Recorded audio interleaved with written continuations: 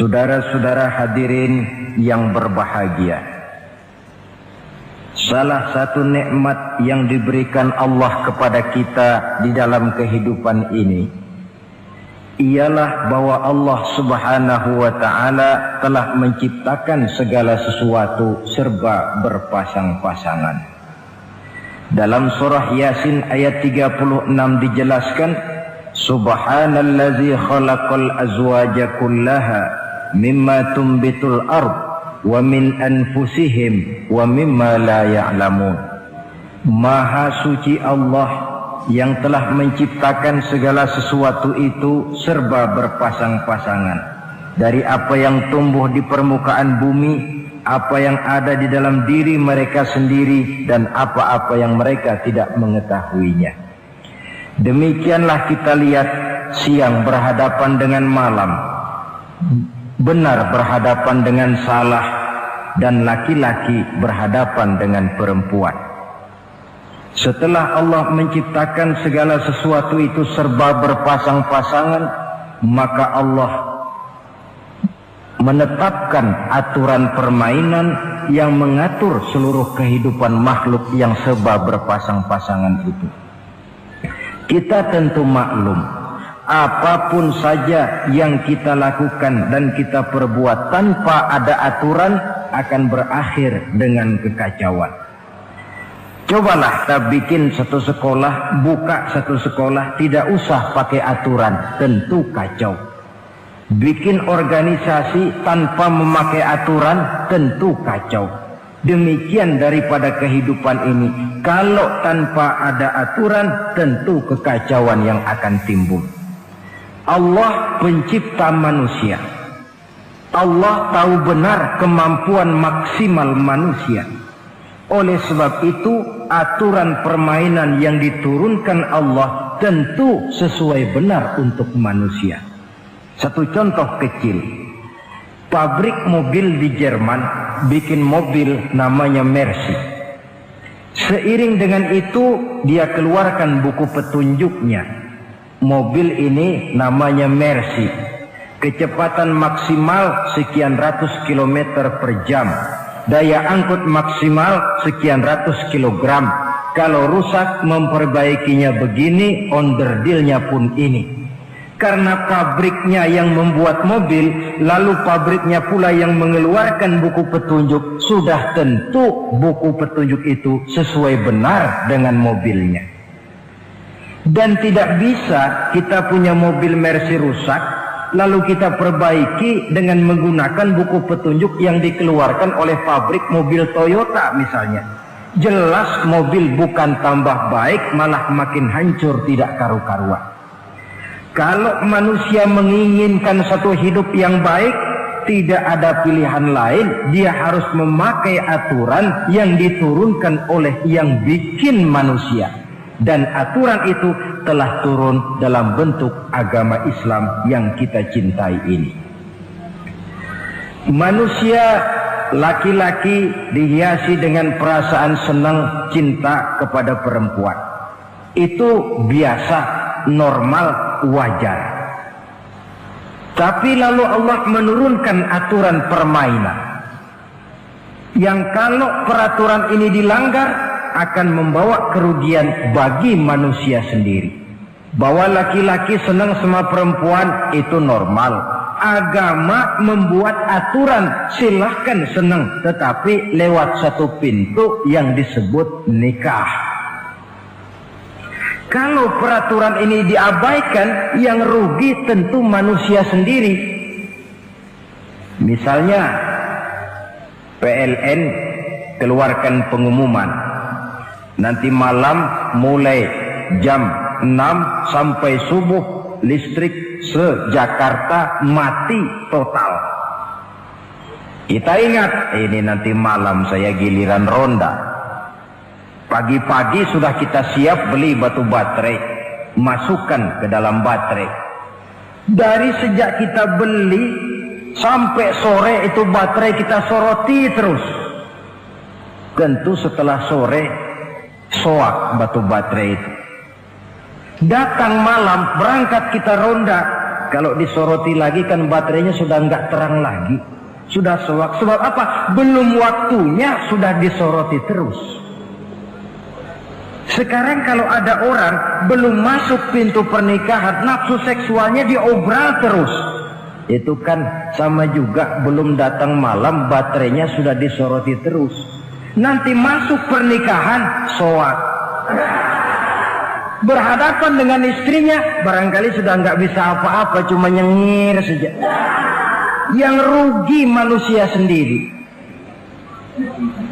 Itulah sebabnya Allah lalu mengatur bahwa laki senang sama perempuan lewat satu pintu yang disebut dengan nikah. Maka pada pertemuan kali ini kita akan bicara tentang nikah dalam Islam. Saya bagi kepada 3 masalah pokok saja. Pertama, pengertian dan kedudukan nikah menurut Islam. Yang kedua, motivasi pernikahan. Karena apa orang itu seharusnya melakukan nikah. Dan yang ketiga, membina rumah tangga bahagia menurut contoh Rasulullah Sallallahu Alaihi Wasallam. Hadirin yang saya hormati, kita mulai dengan yang pertama, pengertian nikah. Dalam kehidupan sehari-hari ada 2 kata yang sering kita gunakan, kawin dan nikah. Kalimat kawin kelihatannya dipergunakan oleh semua makhluk hidup. Lain dengan nikah, ini hanya digunakan khusus untuk manusia muslim. Makanya kita sering dengar orang bilang kucing kawin, ayam kawin, kambing kawin, dan belum pernah kita dengar ada ayam nikah atau kucing nikah. Sebab apa? Nikah ini cuma dipakai oleh makhluk bernama manusia yang muslim. Apa pengertian nikah?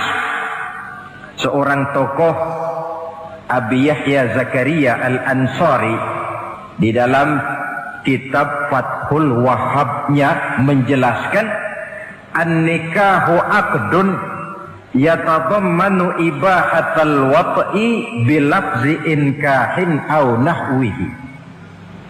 Nikah adalah akad, yaitu ijab dan qabul, yang akad ini menjamin dibolehkannya pergaulan bebas antara laki-laki dan perempuan. Jadi kalau sementara anak muda kita beranggapan bagaimana Islam ini kolot, masa laki-laki tidak boleh bergaul dengan perempuan, itu anggapan salah. Islam bukan saja tidak melarang, malah menganjurkan laki-laki bergaul dengan perempuan sebebas-bebasnya, sepanjang pergaulan itu bisa dipertanggungjawabkan, baik menurut hukum negara, lebih-lebih menurut hukum agama. Coba orang kalau sudah akad, sudah ijab qabul, ada saksi, ada wali, selesai itu dia masuk ke dalam kamar berdua, bergaul di situ sebebas-bebasnya, itu saya kira 100% halal. Tidak perlu lagi orang curiga, tidak perlu lagi sembunyi-sembunyi. Kenapa? Ini bentuk pergaulan yang bisa dipertanggungjawabkan. Kalau tidak, dengan dalih new morality, kebudayaan modern, lalu melakukan yang disebut free love, free sex, samen liven, hidup bersama tanpa nikah alias kumpul kebo. Dan saya kira itu kebo cuma mewakili saja. Artinya begitulah kalau binatang itu kumpul. Sebab kumpul kucing pun saya kira begitu, kumpul ayam pun begitu. Kebo cuma mewakili binatang dalam kalimat itu. Tengoklah berapa banyak sudah bayi-bayi yang lahir ke dunia ini tanpa tahu kemana dia harus memanggil bapak. Berapa banyak gadis-gadis bergelimpangan jadi korban dari orang-orang yang tidak bertanggung jawab. Itu semua merupakan ironi. Maka menjauhkan manusia dari aturan agama pada hakikatnya sama dengan usaha membinatangkan manusia. Bahkan kalau manusia sudah jauh dari aturan agama, sanggup berbuat lebih buas daripada binatang. Kita tahu yang namanya bajing itu makanannya cuma kelapa. Tapi bajingan itu bukan cuma kelapa, kabel telepon doyan kok bajingan itu. Jauh lebih buas daripada yang namanya binatang. Maka agama ini mengatur agar manusia sebagai makhluk yang mulia hidup secara mulia. Jangan manusia kita ini, binatang saja. Kalau saudara ada yang punya kucing di rumah, saudara taruh di depannya, saudara sendiri yang langsung kasih ikan di piring, kasih kucing. Aduh, dia akan makan dengan tenang, nikmat, lahap, tidak nengok kiri, tengok kanan. Kenapa? Dia yakin betul yang dia makan itu sudah resmi, sah. Sebab apa? Tuan rumah yang kasih. Tapi kalau si kucing ngambil sendiri di dapur, mencuri dia, setelah dapat dia bawa lari, makan pun tidak tenang. Kenapa? Mesti nengok kiri, nengok kanan. Rupanya instingnya pun bekerja. Ini bukan hak saya mencuri. Saudara-saudara, tengok orang yang sudah terlibat dalam pergaulan suami istri yang sah. Itu kan nggak perlu tengok kanan, tengok kiri, nggak perlu takut-takut. Kenapa? Sudah sah. Tapi kalau yang bukan istrinya, wah itu sudah seperti kucing nyolong ikan, tengok kiri, tengok kanan, tidak pernah mengalami ketenangan. Itu selintas pengertian nikah. Lalu bagaimana kedudukan nikah menurut Islam? Ternyata nikah dalam pandangan Islam tidak cuma sekedar untuk memenuhi kebutuhan biologis manusia. Tidak cuma sekedar untuk memperkembangbiakkan keturunan, tidak cuma sekedar untuk mendapat ketenangan hidup. Lebih tinggi daripada sekedar itu, nikah dalam pandangan Islam ibadah. Jadi kalau kita ditanya, Pak, ibadah apa yang paling enak dalam Islam? Jawabannya jelas, nikah. Begitu enaknya ibadah yang namanya nikah ini, sampai yang sudah pernah pun pengen ulangan. Namanya ibadah. Tetapi tentu ada konsekuensi. Oleh karena nikah ibadah, dan semua ibadah dalam Islam tidak boleh dikerjakan setengah hati atau main-main. Sholat ibadah, tidak boleh main-main atau setengah hati atau coba-coba. Puasa ibadah, tidak boleh main-main, setengah hati atau coba-coba. Dan oleh karena nikah pun ibadah, punya nilai sakral, juga tidak boleh main-main, setengah hati atau coba-coba. Dus nikah eksperimen tidak dikenal dalam Islam. Mas, saya dengar sampean sudah nikah ya? Iya mas, saya cuma nyoba saja kok ini kok. Kalau enak terus, enggak ya bubar. Ini tidak ada nikah eksperimen, sebab dia punya nilai sakral yang bermotifkan ibadah. Itu pengertian dan kedudukan nikah. Lalu apa motivasi suatu pernikahan? Karena apa seharusnya orang nikah itu? Apa landasannya? Saudara, hadis yang diriwayatkan oleh Imam Bukhari, Muslim, Abu Dawud dan Ibnu Majah dari Abi Hurairah menjelaskan, Nabi bersabda, tunkahul mar'atu li arba'in. Nikahilah perempuan karena 4 perkara. Kalau dia perempuan tentu nikahilah laki-laki karena 4 perkara. Memilih jodoh, nah inilah lengkapnya konsepsi Islam. Memilih jodoh saja Islam itu memberikan petunjuk kok. Karena apa orang memilih jodoh itu? Kata Rasul yang karena 4 faktor. Pertama, lima liha, karena dia orang kaya, cari yang kaya.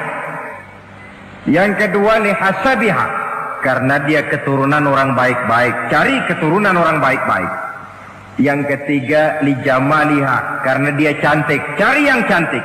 Dan yang keempat, lidiniha, karena dia orang taat beragama, cari orang yang taat beragama.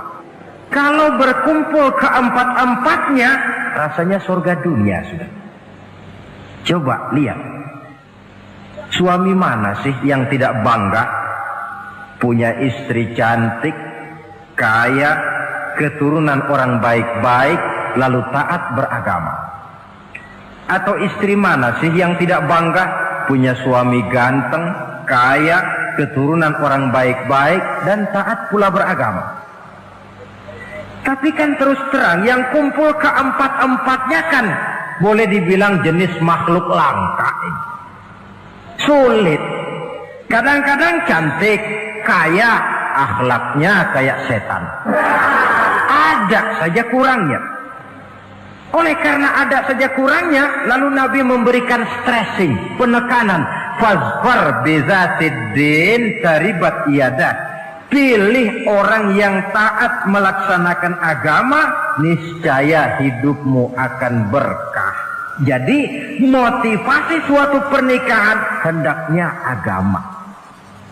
Apa rahasianya? Mari kita lihat. Kalau orang memilih pasangan karena rupa yang cantik semata-mata, silakan, tapi jangan jadi motivasi utama. Kalau rupa yang cantik jadi alasan utama, saya yakin rumah tangga tidak akan tahan lama. Sebab apa? Pertama, yang namanya cantik itu relatif. Artinya bergantung siapa yang memandang. Yang menurut saudara cantik, menurut saya belum tentu cantik. Yang kata saya cantik, menurut saudara barangkali itu yang jelek. Relatif. Saya kalau ditanya orang, Ustadz, siapa perempuan paling cantik di dunia ini? Tentu saja saya jawab istri saya. Apa saudara lalu protes? Salah Ustadz, yang cantik istri saya, bukan istri Ustadz. Saya bilang, masa bodoh saya nggak ngurusi istri sampean. Cantik itu relatif. Sehingga di kalangan para ahli cinta, ahli cinta, sampai sekarang masih jadi perdebatan. Sebenarnya cantik yang bikin orang jatuh cinta, apa cinta yang membuat orang jadi kelihatan cantik? Dua-duanya bisa terjadi. Mungkin karena cantik orang jatuh cinta, dan bisa juga karena sudah kadung cinta orang kelihatannya jadi cantik. Tapi yang jelas cantik relatif. Yang relatif tidak bisa dijadikan sandaran utama. Yang kedua, yang namanya cantik itu temporer, artinya berubah oleh pergeseran masa dan pertukaran waktu. Sekarang dia cantik, of course, sedang sweet 17-an, sedang honeymoon, sedang bulan madu, sedang pengantin baru, tentu saja cantik. Punya dia anak satu, kecantikan mulai menurun. Punya dia anak dua, kulit mulai keriput. Punya dia anak tiga, apalagi tak pandai bersolek, sudahlah onderdir mulai pada copot. Kalau rumah tangga didasarkan kepada rupa yang cantik saja, selesailah rumah tangga sampai di situ. Yang ketiga, di atas langit, rupanya masih ada langit lagi. Di atas yang kita anggap cantik, rupanya masih ada yang lebih cantik. Kalau cantik yang kita kejar, kita akan jadi petualang yang pindah dari perempuan satu ke perempuan yang lain. Cinta bajak laut namanya. Di mana kapal berlabuh, di sana cinta mendarat. Saudara hadirin yang saya hormati, padahal sate dengan singkong itu kan bedanya cuma di tenggorokan. Kalau sudah masuk ke dalam perut, kenyangnya barangkali sama. Malah barangkali besok pagi kalau keluar lebih tidak enak baunya sate itu daripada singkong. Makanya orang kalau sudah nikah oleh Nabi dipesan, apabila kamu di jalan melihat perempuan yang membuat kamu kagum, cepat-cepatlah pulang ke rumah. Sebab apa? Sebab yang perempuan cantik di jalan kau lihat itu punya, istrimu juga di rumah punya. Gak percaya cobalah pulang, akurin, sama itu. Silahkan cari yang cantik, tapi jangan dijadikan motivasi utama.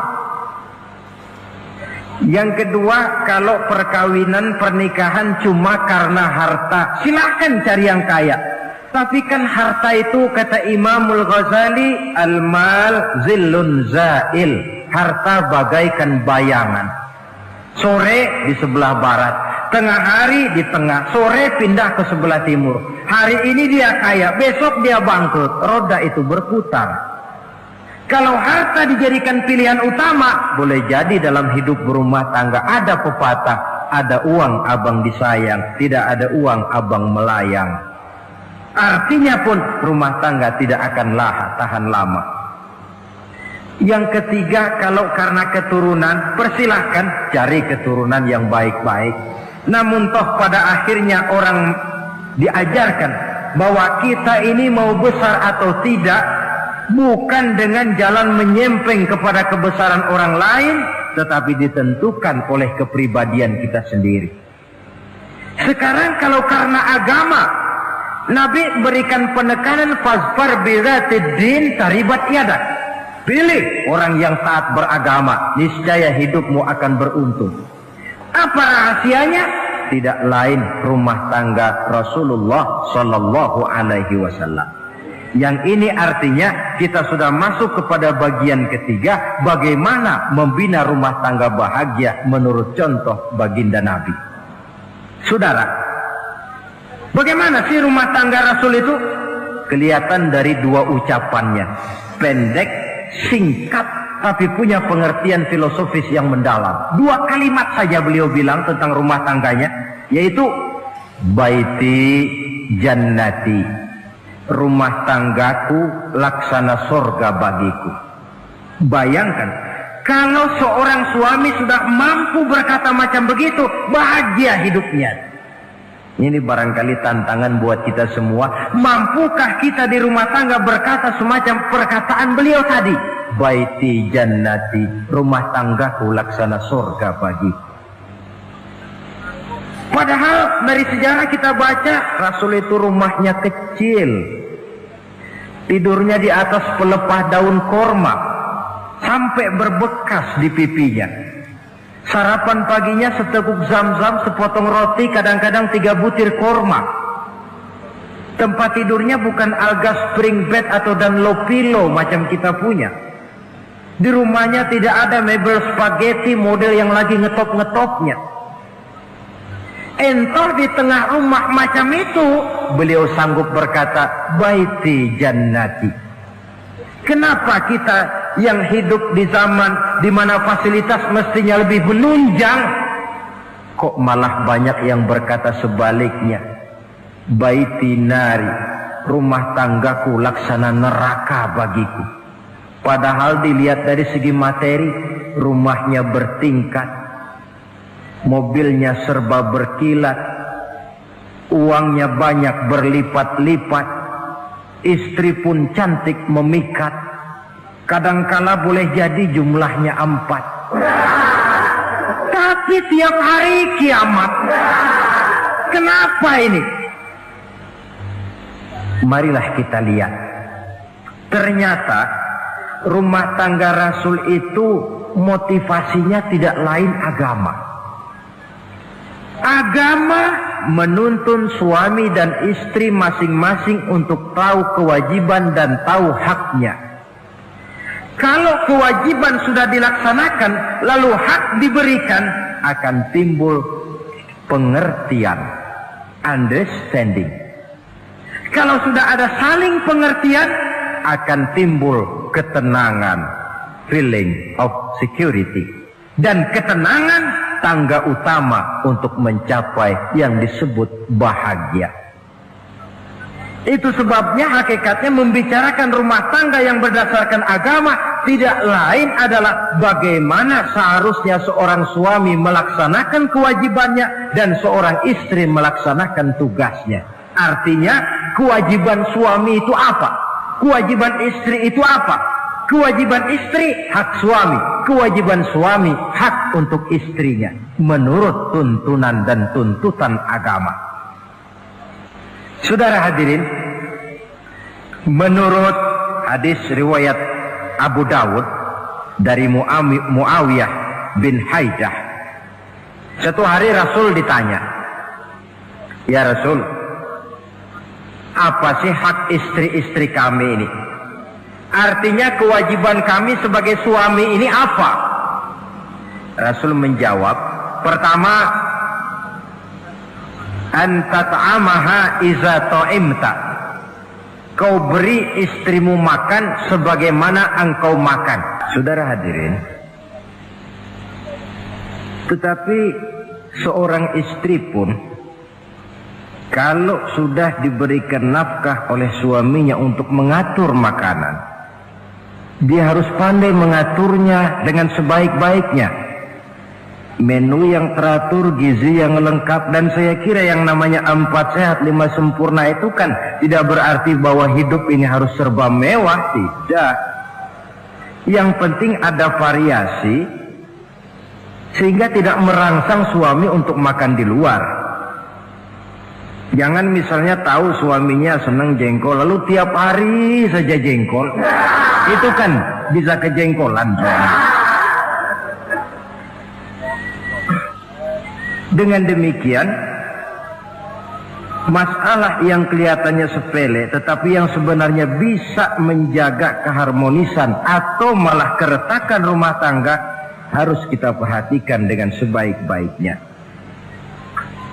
Suami memberikan nafkah, dari jumlah itu 60% lari ke kredit, 40% lari ke dapur.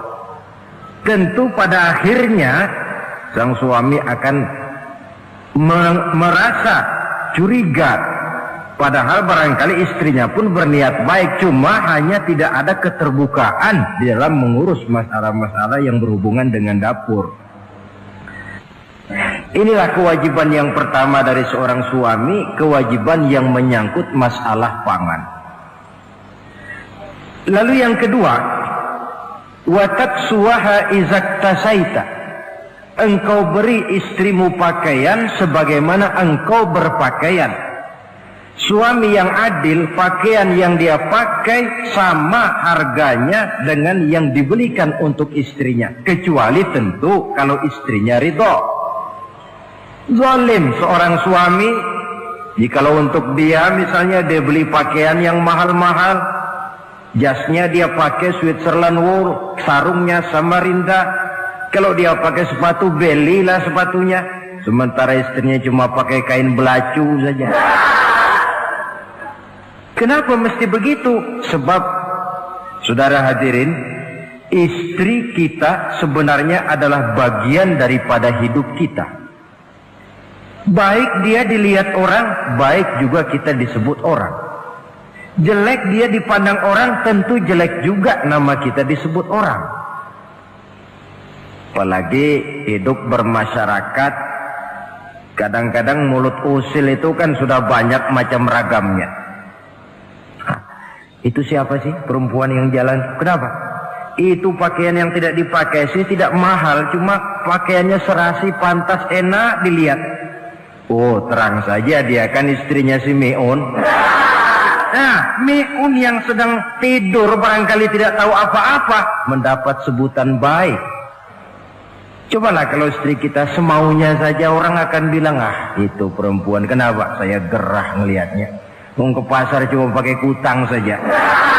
Tentu suami pun akan mendapat sebutan yang tidak baik.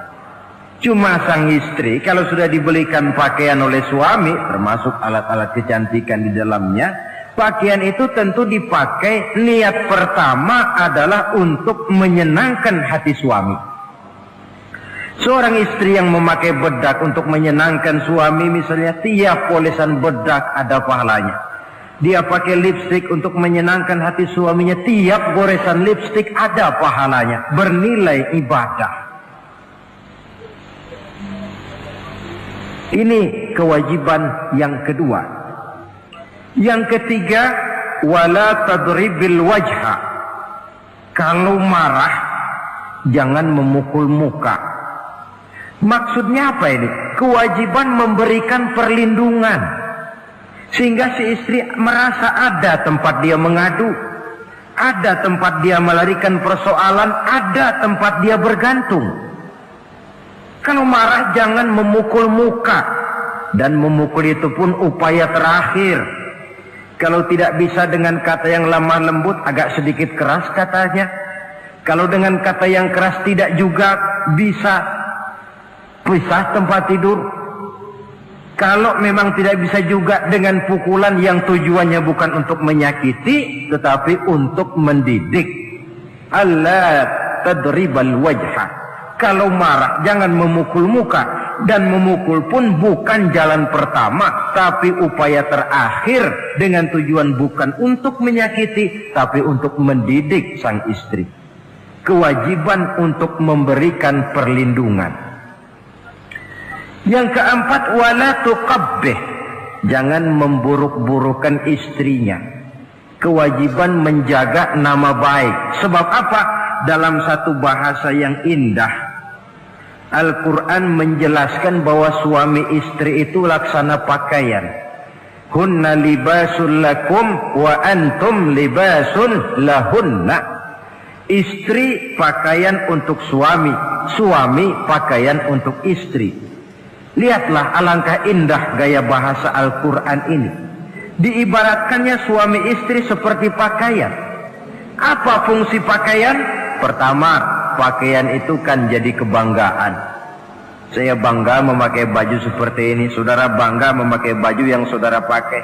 Artinya seorang suami harus berusaha menjadi suami kebanggaan istri, dan seorang istri pun harus berusaha menjadi istri yang dibanggakan oleh suaminya. Jangan yang malah kemudian disesali.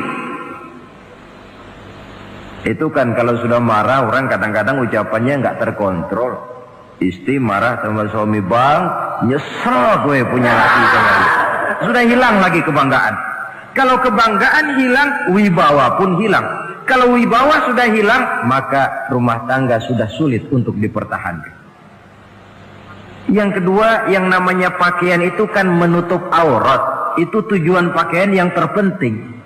Artinya di sini, kalau seorang istri mempunyai kekurangan, suamilah yang menutupi. Kalau seorang suami mempunyai kekurangan, istri juga harus berusaha menutupi.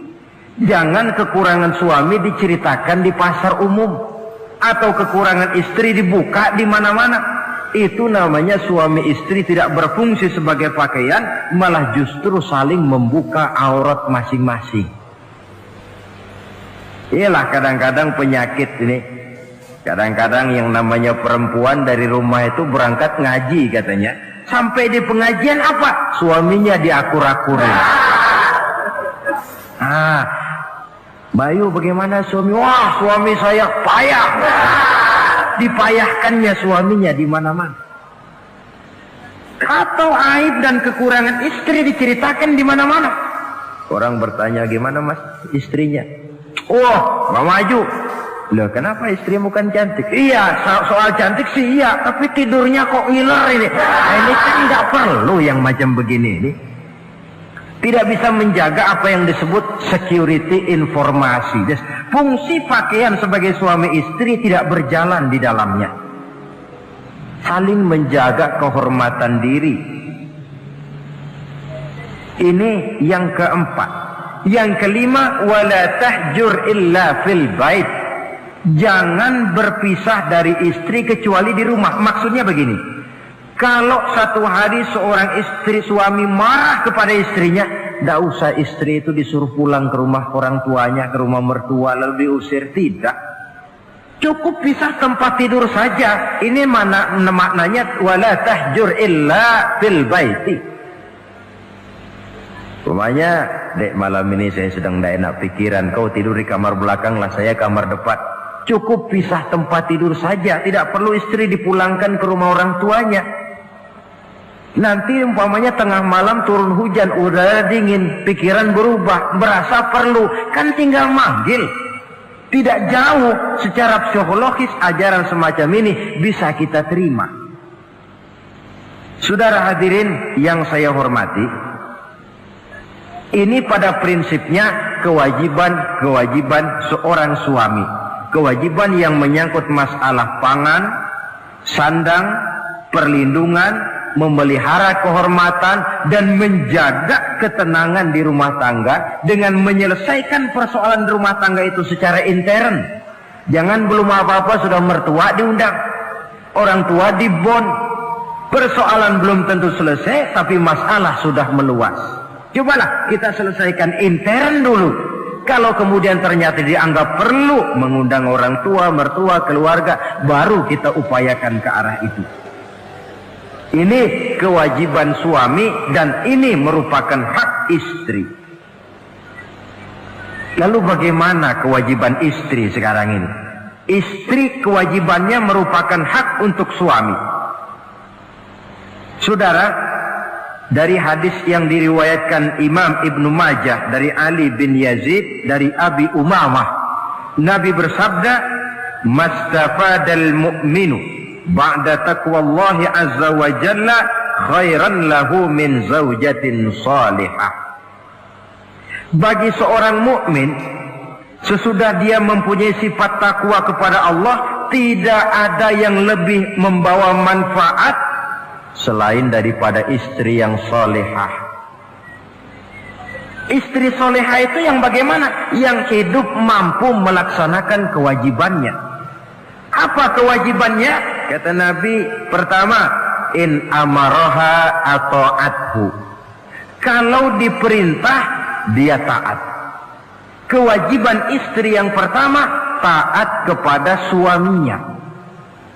Begitu besar kewajiban taat kepada suami, sampai-sampai Nabi pernah menyatakan, "Lau kuntu amiran ahadan ayyasjuda li ahadin la amartul mar'ata an tasjuda li zawjiha." Kalau saja boleh, kata Nabi, aku memerintahkan manusia sujud kepada sesama manusia, tentu aku perintahkan istri untuk sujud kepada suaminya. Untung saja sujud kepada manusia tidak boleh. Kalau boleh, istri itu disuruh sujud kepada suami. Tentu karena besar hak suami atas dirinya. Yang kedua, ibadah sunnah tidak mendapat izin suami juga bukan saja tidak berpahala, malah berdosa. Umpamanya pengantin baru, si istri kebetulan santri, malam minggu pesta, besoknya hari Senin, si istri sudah kadang biasa hidup sebagai santri, hari Senin puasa sunnah. Dia bilang sama suaminya, "Bang, besok saya mau puasa sunnah nih, hari Senin." Kata suaminya, "Kalau kau puasa juga kau kejam. Lalu kau puasa, aku disuruh ngapain?" Tidak diizinkan oleh suami, dia puasa juga. Bukan saja tidak mendapat pahala, malah berdosa. Sampai amalan yang sunnah pun tidak diizinkan oleh suami, berdosa. Apalagi amalan yang mubah, apalagi amalan yang tidak ada dasar hukumnya, perintahnya. Sepanjang perintah suami tidak untuk maksiat kepada Allah, istri wajib untuk taat. Dalam hadis lain kita temukan Nabi bersabda, "Idza da'a ar-rajulu imra'atahu ila firashihi." Kalau seorang suami memanggil istrinya ke tempat tidur. Ini bahasa kinayah. Manggil ke tempat tidur kan tentu nggak perlu penjelasan. Masa mau nyambal di tempat tidur kan enggak. Fa'abat, si istri tidak mau. Lantaran istri tidak mau, suami jengkel. Fabata ghadbana 'alaiha. Sampai dalam jengkelnya tidur. La'anat hal malaikatu hatta tusbiha. Istri macam itu dilaknat, dikutuk oleh malaikat sampai datang waktu pagi. Kewajiban untuk taat. Namun sebaliknya, seorang suami pun jangan mentang-mentang istri wajib taat lalu overacting. Segalanya main tunjuk, segalanya main komando, segalanya main perintah. Sebab contoh yang diberikan oleh Rasul tidak begitu. Rasul kita baca dalam sejarah menjahit bajunya sendiri, memperbaiki kasutnya sendiri. Artinya yang bisa ya dikerjakan tanpa harus menggantungkan semuanya kepada sang istri. Kewajiban untuk taat. Nah, penutup tentang taat ini ada sebuah hadis pula di mana baginda Nabi bersabda, ayyumam ra'atin matat wa zawjuha anha radin dakhalatil jannah.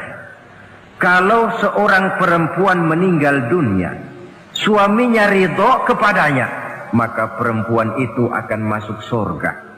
Artinya, kalau seorang istri meninggal, ya dia tukang ngaji, ya tukang sholat, ya suka puasa, ya gemar sedekah, tapi meninggal suaminya tidak ridho, pintu surga belum dibukakan sampai suaminya ridho kepadanya. Ini menggambarkan tentang besarnya kewajiban taat seorang istri kepada suaminya. Ini kewajiban pertama. Lalu kewajiban yang kedua, kata Nabi, wa in nazara ilaiha sarrathu. Kalau dipandang oleh suaminya, dia pandai menggembirakan, menyenangkan hati suaminya. Menjadi istri yang pandai menyenangkan hati suami. Siapa contohnya? Kita lihat misalnya istri Nabi, diantaranya Sayyidatuna Khadijah radhiyallahu anha. Ketika Nabi pertama kali menerima wahyu berhadapan dengan malaikat Jibril, beliau kembali ke rumah dengan tubuh gemetar. Setibanya di rumah beliau berkata, "Zammiluni ya Khadijah." Khadijah, selimuti saya. Kenapa bang? Barusan datang malaikat Jibril, dia katakan begini-begini, saya khawatir Khadijah. Khadijah tahu suaminya sedang gelisah. Sebagai istri yang bijak beliau tampil, apa katanya? Kalla ma yukhzikallahu abada. Tidak apa-apa bang, jangan khawatir, Allah tidak akan menyusahkan abang buat selamanya. Ini istri yang pandai menyenangkan hati suami. Suami pulang dagang dari pasar, rugi. Istri tampil. Itulah bang, romantikanya dagang.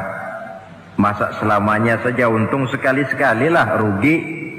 Si suami kan tidak terlalu pusing kepalanya. Jangan sudah di pasar rugi, sampai rumah istri pidato, peletar-peletor macam petasan. Dasar suami goblok, dagang saja rugi.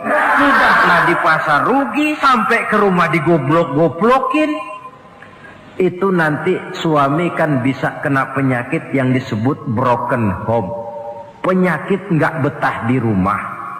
Seorang istri kalau suami sudah kena penyakit tidak betah di rumah, itu mesti siap-siap mental untuk dimadu.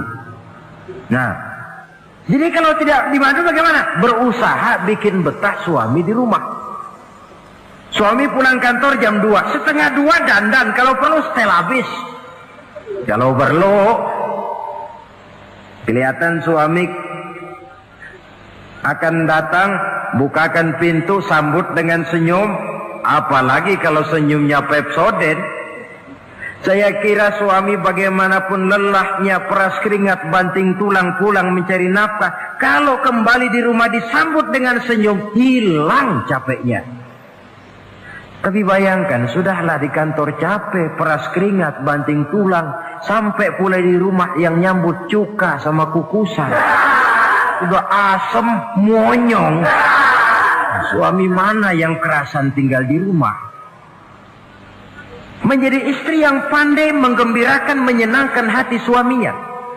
Bahkan diizinkan bohong untuk menyenangkan hati suami. Umpamanya, suami kebetulan habis obyeknya gol. Karena ingin menyenangkan istri, mampir di pasar beli kain batik. Si suami tidak tahu bagaimana kain batik yang bagus, beli saja sembarangan. Sudah kainnya kasar, warnanya norak, harganya yang mestinya murah jadi mahal, dibawa pakaian itu pulang. Istri lihat dan tahu kalau ini batik jelek, norak, kasar, harganya pun murah. Tapi dia ingin menyenangkan hati suaminya. Suaminya tanya, bagaimana dek kain batik ini? Waduh bang, bagus betul kain ini. Pinter bener abang milih warna ini. Emang yang kayak begini ini bang, coba lihat tetangga kita mana ada yang pakai kain kayak begini. Ya memang gak ada, jelek. Suami senang tentu. Lalu kain itu oleh istrinya, ngaji dipakai, keundangan dipakai, tidur dipakai, masak dipakai, nyuci pun dipakai. Suami makin bangga, wah kain yang saya beliin dipakai terus ini. Lain pula istrinya, dalam hati dia berpikir, biarin deh gue pakai terus biar cepat hancur, nggak ada urusan. Coba kalau waktu itu si istri jujur, dasar laki goblok, beli kain kayak begini, sana pulangin. Nah, mungkin suami yang sudah payah-payah mau menyenangkan hati istrinya malah berbalik pikirannya. Saudara hadirin, ini kelihatannya penting untuk menjaga suasana keharmonisan di dalam kehidupan berumah tangga. Begitu pula pengertian seorang suami. Rasul pernah pulang dari masjid agak larut malam, rupanya banyak orang bertanya. Ketuk pintu, assalamualaikum, sampai 3 kali tidak dibukakan pintu. Rupanya Aisyah lelap benar tidurnya. Rasul sadar beliau pulang kemalaman dan tahu istrinya capek bekerja di waktu siang. Asyraful anbiya wal mursalin ini menghormati istrinya. Salam 3 kali tak dibukakan pintu, bukan marah, malah gelar sorban di depan pintu. Di situ beliau tidur. Tengah malam Aisyah mau sholat, buka pintu, terkejut lihat suaminya tidur di depan pintu. Dibangunkan, begitu dibangunkan Rasul lebih dahulu berkata, Aisyah, maafkan saya pulang terlambat memang sebab banyak yang bertanya di masjid. Sudahlah tidur di depan pintu, begitu dibukakan beliau dulu yang minta maaf. Sulit jadi suami semacam ini. Yang enak kalau sudah nggak dibukain pintu, istri kepulesan, lalu sekali buka pintu kan yang enak kita tunjuk jidatnya, lo tidur kayak tembok ya. Saudara hadirin, menjadi istri yang pandai menyenangkan hati suaminya. Sebab tidak ada seorang suami bisa sukses baik di medan tugas, di masyarakat, di kantor, di toko, di tempat manapun kalau tidak ditunjang oleh peran serta dari para istrinya. Karena itulah perempuan walaupun peranannya tidak begitu kelihatan, sebenarnya sangat menentukan. Seorang suami yang jujur, polos, lugu, sederhana, sanggup menjadi koruptor ulung karena didorong-dorong oleh istrinya. Merangsang ketamakan suami. Istri dibakar oleh tetangganya. Bang, kenapa? Kau kan di kantor kepala bagian. Lalu, tangga kita pegawai kecil saja bang. Tapi coba lihat istrinya kalau pakai gelang kayak pelek beca bang. Gelangnya. Kau kepala bagian gak bisa beliin saya macam gitu, kepala bagian goblok. Lalu bagaimana bu, gaji saya kan sudah jelas segitu. Iya, kamu kan kepala bagian. Apaan kayak di kantor sabet. Kalau sudah main sabut-sabutan begini, sudah merangsang suami untuk berbuat yang tidak baik. Kecil, tidak begitu kelihatan, tapi sangat menentukan. Istri yang soleh, yang bisa melaksanakan kewajibannya, yaitu pandai menyenangkan hati suaminya. Ini kewajiban istri yang kedua. Yang ketiga, wa in aqsama alaihi abarrathu. Kalau suami memberikan sesuatu, dia pandai berbakti, menjadi istri yang pandai bersyukur kepada suami. Kita ingat ketika pulang Mi'raj kan Rasul bercerita, saya dalam perjalanan itu diperlihatkan neraka, kata Rasul. Saya lihat kok isinya kok lebih banyak perempuan daripada laki-laki. Nah, sahabat heran, ya Rasul, lebih banyak perempuan? Iya. Apa mereka tidak sholat? Sholat. Apa mereka tidak pernah hadir di majelis taklim? Oh, rajinan dia sama suaminya. Ada apa? Tidak pernah baca Quran? Rajin. Lalu kenapa kok isinya kebagian besar perempuan? Rasul menjawab, hunna yakfurnal asir. Mereka umumnya tidak pandai bersyukur kepada suaminya. Hujan panas setahun dibalas dengan hujan sehari. Kalau suaminya sedikit salah, sudah kehilangan pertimbangan, tertutup seluruh kebaikannya. Yang kelihatan cuma salahnya saja. Maka sebaiknya di dalam hidup berumah tangga, baik suami maupun istri itu masing-masing sedia timbangan. Kalau satu saat suami salah, istri ambil timbangan. Timbang, suami saya salahnya ini, jasanya ini. Bertahun-tahun dia hidup mencari nafkah buat saya, membelikan pakaian untuk saya, mencarikan makan untuk saya. Salahnya ini. Timbang mana lebih banyak salahnya atau benarnya. Dengan demikian kita akan bisa menghasilkan keputusan objektif. Giliran istri yang salah, suami yang ambil timbangan, ukur mana lebih banyak baiknya atau salahnya. Kalau tiap kita masing-masing punya timbangan, insya Allah nilai-nilai objektif dari suatu pertimbangan akan bisa kita temukan dalam mengambil keputusan. Istri yang pandai berbakti membalas budi daripada suaminya.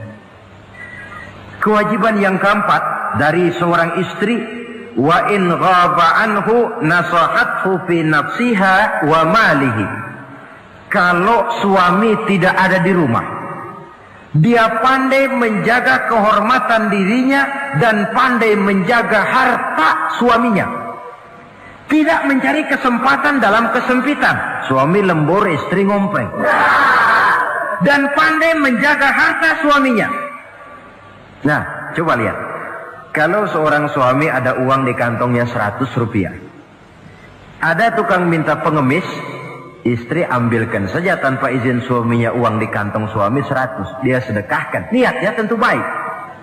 Si istri dapat dosa, si suami dapat pahala.